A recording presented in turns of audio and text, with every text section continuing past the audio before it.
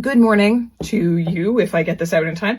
And I do want to say thank you, Josh _ SANKARLAL on Instagram. You really should, because that kid is way more eloquent than I am. Is synthesizing thoughts on public transit in particular much better than I can.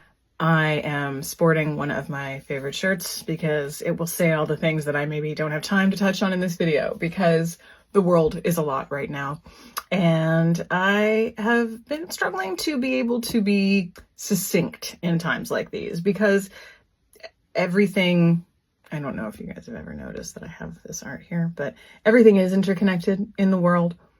And as someone who in my 20s openly said, I hate people, I don't like peopling, all that kind of garbage, the fact of the matter is, humans are only here because we got along with each other. One thing about sociology that is correct and is not debatable.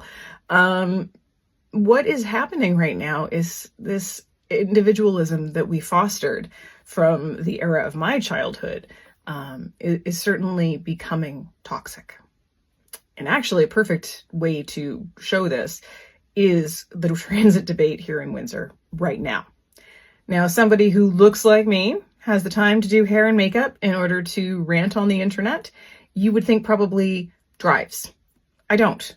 I came from Toronto. I've had mental health issues all my life, but more than that, I had a father who took the bus to work every day and the subway. I am a former Torontonian, so I know what transit can be. Move 4 million people to and from and keeps them with a way better employment rate. That's for damn sure. And the city already is changing. And if we are going to be factual about what's going to come, I don't think anyone is thinking that we are heading into the big boom era. So we need to plan accordingly. And part of that is, if you're going to understand your folks can't afford insurance, you don't want them behind the wheel of a car. You don't want them using motorized modes of transit that will cause more injuries and bigger costs in our healthcare system, by the way. You want them on public transit. Public transit is what works. This is not debatable. This has been shown in European cities. If you go to Denmark, kind of, they've been hip in the news recently. I mean, those are some of the most amazing places to visit, because why? You can stay somewhere and walk to cafes, walk to parks, like being in Montreal. Again, those things are a little more old world, but those are the things that are kind of based around how humans function. There's a hell of a lot more people in Riverside that are walking and going places by foot now.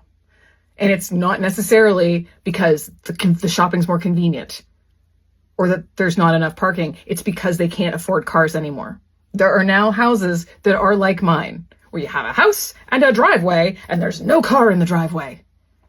Oh my God. And people genuinely sometimes treat me like I'm sick because I just am starting into the graduated licensing process. Like, folks, I didn't want to leave an extra carbon footprint if I didn't have to.